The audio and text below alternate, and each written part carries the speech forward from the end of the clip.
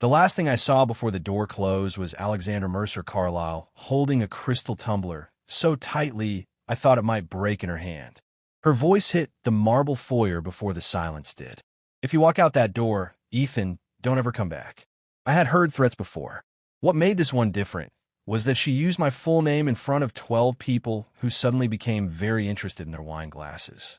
I turned, looked at my wife, and answered in the calmest voice I had left. "I guess we'll find out which one of us has been calling a bluff for 3 years." Nobody moved.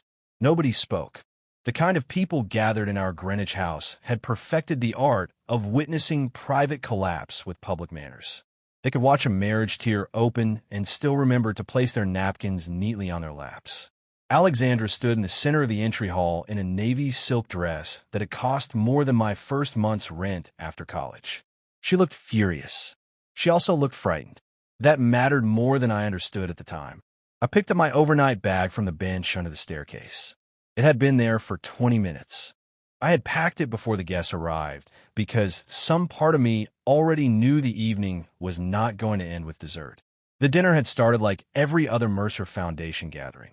Perfect lighting, perfect flowers, perfect catered food, perfect people saying imperfect things in polished voices.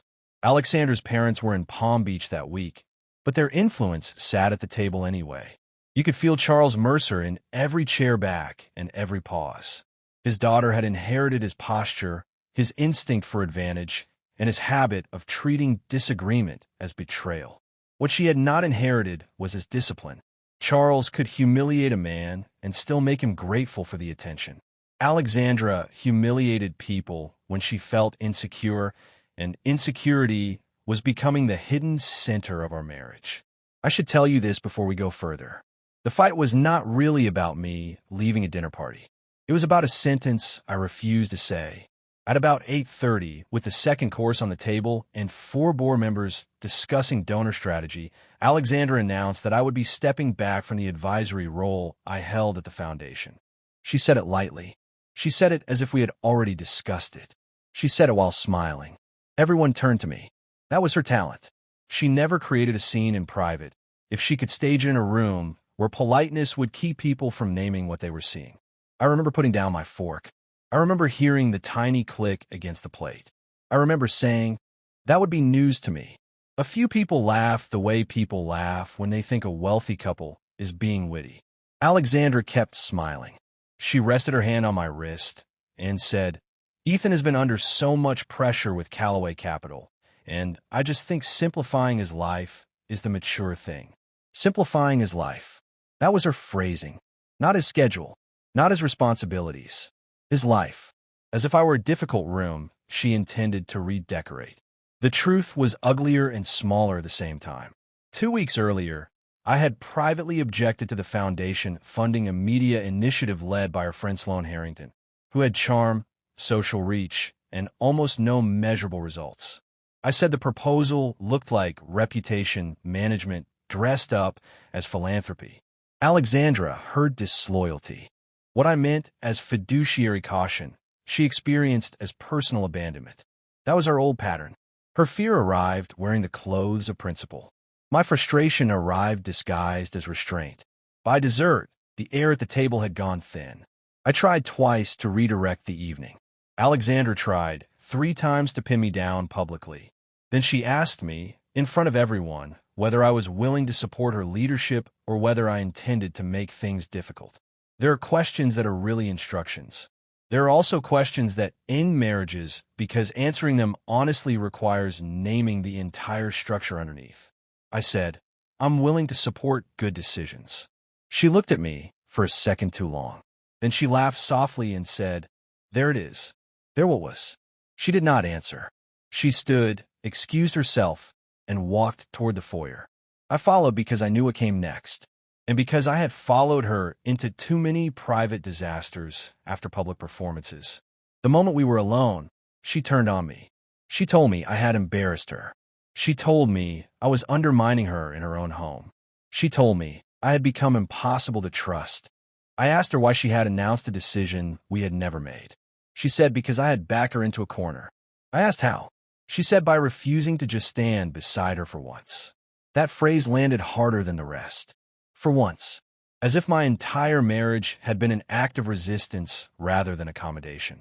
As if the years I spent adjusting my hours, absorbing her moods, excusing her sharpness, and smoothing over her conflicts with staff and friends counted as nothing because, on that specific night, I would not nod on command. Then she said something that finally made the room inside me go still. She said, "You always choose your pride over us. Not anger, not ambition. Pride." That word told me she had turned my boundaries into vanity in her own mind. And once someone starts reading your dignity as arrogance, they can justify almost anything they do to reduce you. I told her I was leaving for the night. I said we could talk in the morning. She stepped in front of the door. Then came the line, "If you walk out that door, don't ever come back." I answered the way I already told you. Then I left. I did not slam the door. I did not make a speech. I did not look back because I knew if I did, I might see what I had spent years refusing to see clearly. Not that Alexandra hated me. That would have been simpler. It was that she needed me close as long as I played the role she had assigned me. Loving me and controlling me had become so entangled in her that she no longer knew the difference.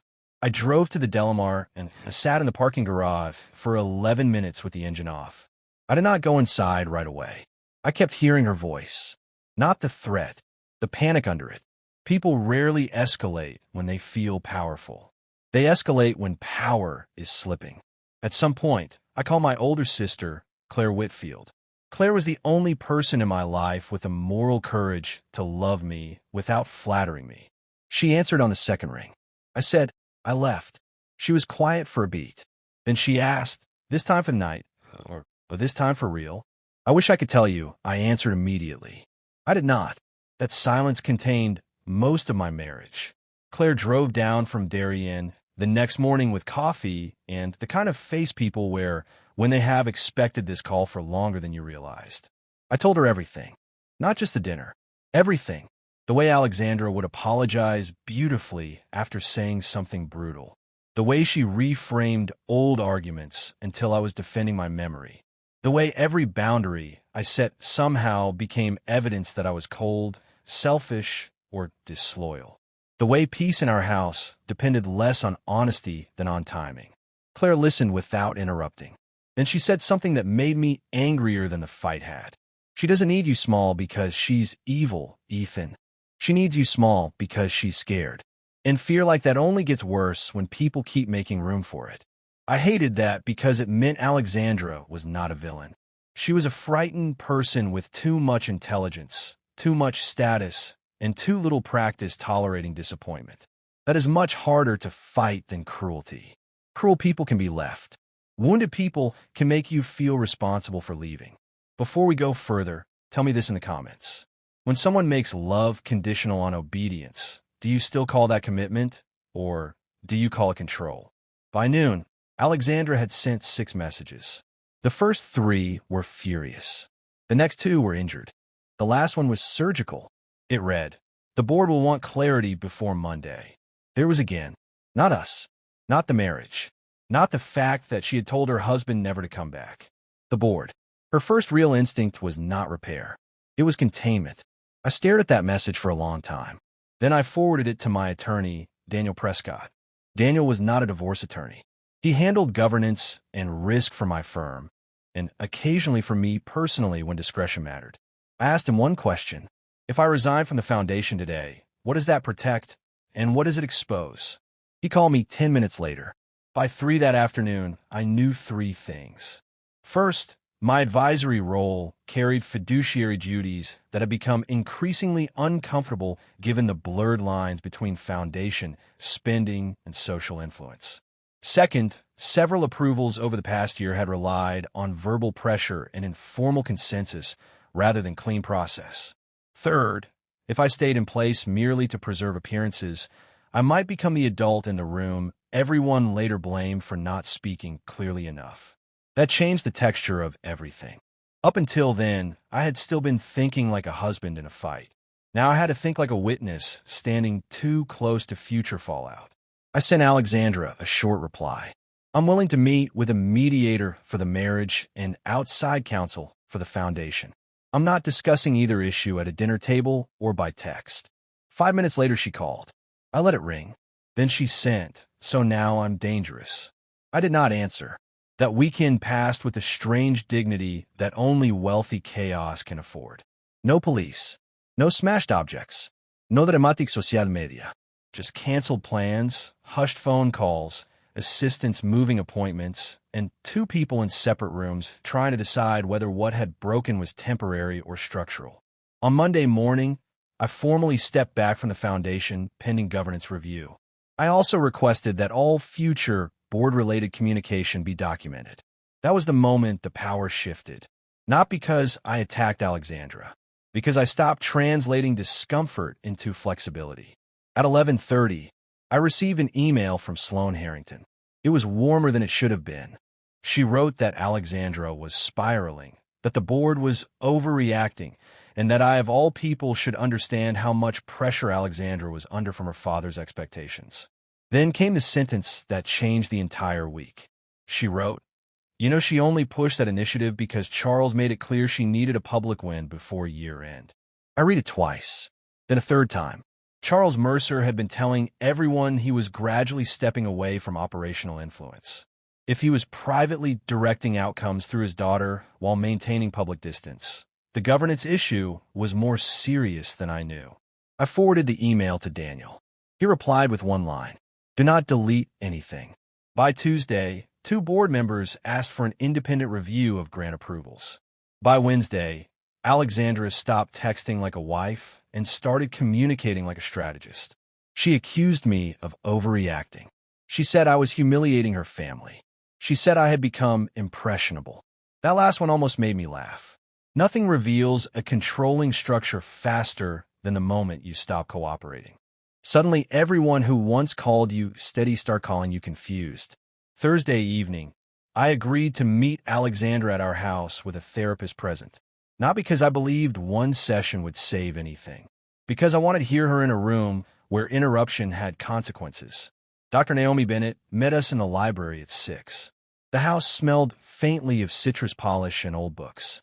Alexandra looked composed enough to be dangerous. She wore cream, minimal jewelry, hair pinned back. She always looked most disciplined when she was least regulated. The session began politely. It stayed polite for 14 minutes. Then Dr. Bennett asked Alexandra what she felt when I contradicted her at the dinner. Alexandra said, abandoned, not embarrassed, not challenged, abandoned. Dr. Bennett asked why. Alexandra stared at the rug for a long time. Then she said something I had never heard her say out loud. When someone I love refuses to stand with me in public, I feel stupid for trusting them in private. That sentence softened something in me, and that softness nearly trapped me again. Because understanding the wound is not the same thing as consenting to the behavior it produces. I told her I could understand that feeling and still refuse what happened next. I said public support cannot mean automatic surrender. I said being married to me did not entitle her to predecide my conscience. For the first time all week, Alexandra's face actually changed. Not the polished expressions, not the practiced indignation. Real grief. She looked at me and said, "Do you know how exhausting it is to always be one misstep away from being reduced to my father's daughter?" There it was, the central engine. Not greed, not vanity, inheritance. She had built an adult life inside a system that rewarded grace and punished uncertainty. She needed control because control was the only language of safety she had ever been taught fluently. I almost reached for her hand. Then she added, "And instead of protecting me, you documented me." That was the moment I knew the marriage, at least in its existing form, was over. Not because she was hurt, because even in honest pain, she still believed my primary moral duty was to shield her from the consequences of her own decisions. I said, carefully, "I'm not required to become unreliable in order to prove that I love you." Dr. Bennett leaned forward slightly. Alexandra looked at me as if I had betrayed some sacred private code. Maybe I had. In some marriages, the deepest vow becomes this: I will help you avoid yourself. And the person who stops doing that feels like the traitor. That night, I slept in the guest suite for the last time. The next morning, I met Charles Mercer for breakfast at the Belhaven Club. He had requested it through his assistant, which told me he wanted control without intimacy. Charles arrived exactly on time. Gray suit, blue tie, expression like weathered stone. He did not ask how I was. He asked, how much of this can still be contained? I remember looking at the water through the window and thinking how perfectly that question summarized the Mercer worldview. Not what was true, not what was right, what was containable. I told him there would be a review. I told him I had not accused anyone of misconduct, but would not obstruct documentation. He stirred his coffee once and said, "You are making a family matter legible to outsiders." I said, "It stopped being a family matter when institutional decisions got mixed with personal loyalty." He watched me for a long moment. Then he said, "You were always more useful when you understood the difference between discretion and defiance." There are men who threaten loudly. Charles threatened by describing the version of you he preferred and letting the insult do the rest. A year earlier, that sentence would have worked. That morning, it sounded like an obituary for the person I had been. I told him Alexandra needed support that was not built on performance. He almost smiled. Then he said, "What she needs is for the people around her to stop wobbling." That was when I finally understood something painful and clarifying. Alexandra had not invented the emotional economy of our marriage. She had inherited it. Approval was conditional. Loyalty was measured by compliance.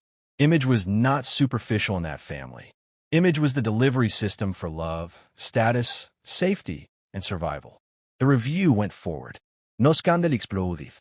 Real life is quieter than that. There are no front-page stories. No dramatic resignations under flashbulbs. There was simply a slow, uncomfortable series of findings. Processes had been too informal. Documentation had been inconsistent. Certain grants, including Sloan Harrington's initiative, showed appearance risks and weak oversight. The board tightened procedures. Sloan withdrew her proposal. Charles formally stepped back farther than he had planned, though privately everyone knew he had been nudged. And Alexandra took a leave from day-to-day foundation leadership under the explanation of personal transition. That phrase was expensive, elegant, and mostly true. At home, the unraveling was less elegant. We tried structured separation for 6 weeks, then 8, then 10. We saw Dr. Bennett individually and together. Some conversations were honest. Some were devastating. Once, late in the process, Alexandra said, I thought if I could control the moment, I could control what it meant." I told her that was probably true for both of us, because my own flaw had not been innocence. It had been passivity dressed as patience. I had spent years believing calmness was morally superior to conflict. Sometimes it is. Sometimes it is just a more socially acceptable form of fear. Had I been clearer earlier, maybe things would have broken sooner. Maybe they would have healed sooner too. I do not know. That uncertainty is part of the price. 3 months after the dinner, Alexandra filed for divorce. She did it first, which surprised everyone except me. People thought she wanted victory. I think she wanted authorship. There's a difference. When a person has lived too long inside systems of judgment, choosing the ending can feel like the last available form of dignity. The terms were negotiated, not theatrical. We sold the house the following spring. No one fought over art. No one leaked stories. The foundation stabilized. My firm barely noticed the disruption, except for the days I was quieter than usual in meetings. Claire told me there was growth. I told her it was exhaustion. She said they often look alike at first. About a month before the divorce was finalized, Alexandra asked if we could walk at Todd's Point. I almost said no. Then I said yes, because I no longer needed every conversation to produce a clear emotional return. Some things are worth doing simply because they are true. The wind off the sound was sharp. She wore a camel coat and no makeup. Without the architecture of performance around her, she looked younger and sadder. We walked for almost 20 minutes before she spoke. Then she said, "I did love you." Not dramatic, not manipulative, just plain. I believed her. I said, "I know." She kept walking. Then she said, "I also used you to feel less alone inside myself." That line stayed with me longer than the apology that followed. Because it was exact. Because most damage in intimate life does not come from people who feel nothing. It comes from people who need too much from love without admitting what they are asking it to do. Before the story closes, tell me this. If someone could finally tell the truth only after losing you, does that change what they did, or only change how you remember them? At the parking lot, she stopped and looked at me for a long time.